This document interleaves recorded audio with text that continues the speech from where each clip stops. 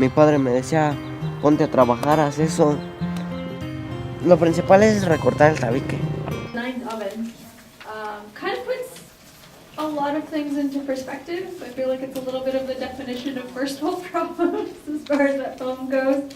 But also really lighthearted and really not patronizing at all. I found it was very kind of from the kids' perspective and not from any other kind of perspective. Did anybody have a similar feeling, or did anybody find that it actually was patronizing maybe? Thanks. I really liked this film. I thought it was very authentic and very genuine. And one of the things I liked most about it was the moral, I think, overgoing, that it was that there's nothing wrong with aspiring to a simple life where you love the people around you and you make enough to survive and be happy. So I thought that was really, really nice, the idea that you don't have to strive for a big fancy car or any huge, ridiculous wealth. It seems like a really good kid. I liked him. Yeah, I agree. You really like this boy. He's working very hard, and he's obviously a good person. You can see that. That would be a very hard job. He's spending much of the day bent over and hard physical labor. Those bricks would be heavy when you lifted them. He's tossing them 3 or 4 at a time. I mean, he's really earning his money. You can see that, and we respect that. We respect the hard work, the good work ethic that he has. So we identify with him and like him because of what he's doing, yes. Yeah, just the fact that he also is studying at the same time, and I'm sure a lot of us had to work and study at the same time, but hard physical labor, and you saw the state of his school and stuff like that. It was kind of, I don't know, it's a refreshing film in a lot of ways and really, really inspiring. Although part of you does make you kind of think like how much of the film is forcing you to like this kid. He seems almost too good to be true. Can anyone be that responsible? Go ahead. Yeah, I just wanted to comment.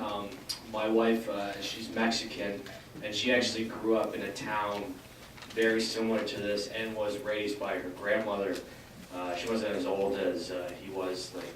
She moved to the U.S. and then eventually here. But I just want to comment that the thing about the parents having to leave to go and work to try and make things better for their kids that's very authentic. That happens a lot, especially in those little towns. And yeah, a lot of kids are raised by their grandmothers, and they're not coddled. They have to go out and work, and she helped her grandmother in the store and everything. So yeah, it almost kind of makes you want to show this film to every teenager out there complaining about their life, right? I'm getting some nuts. It's pretty true.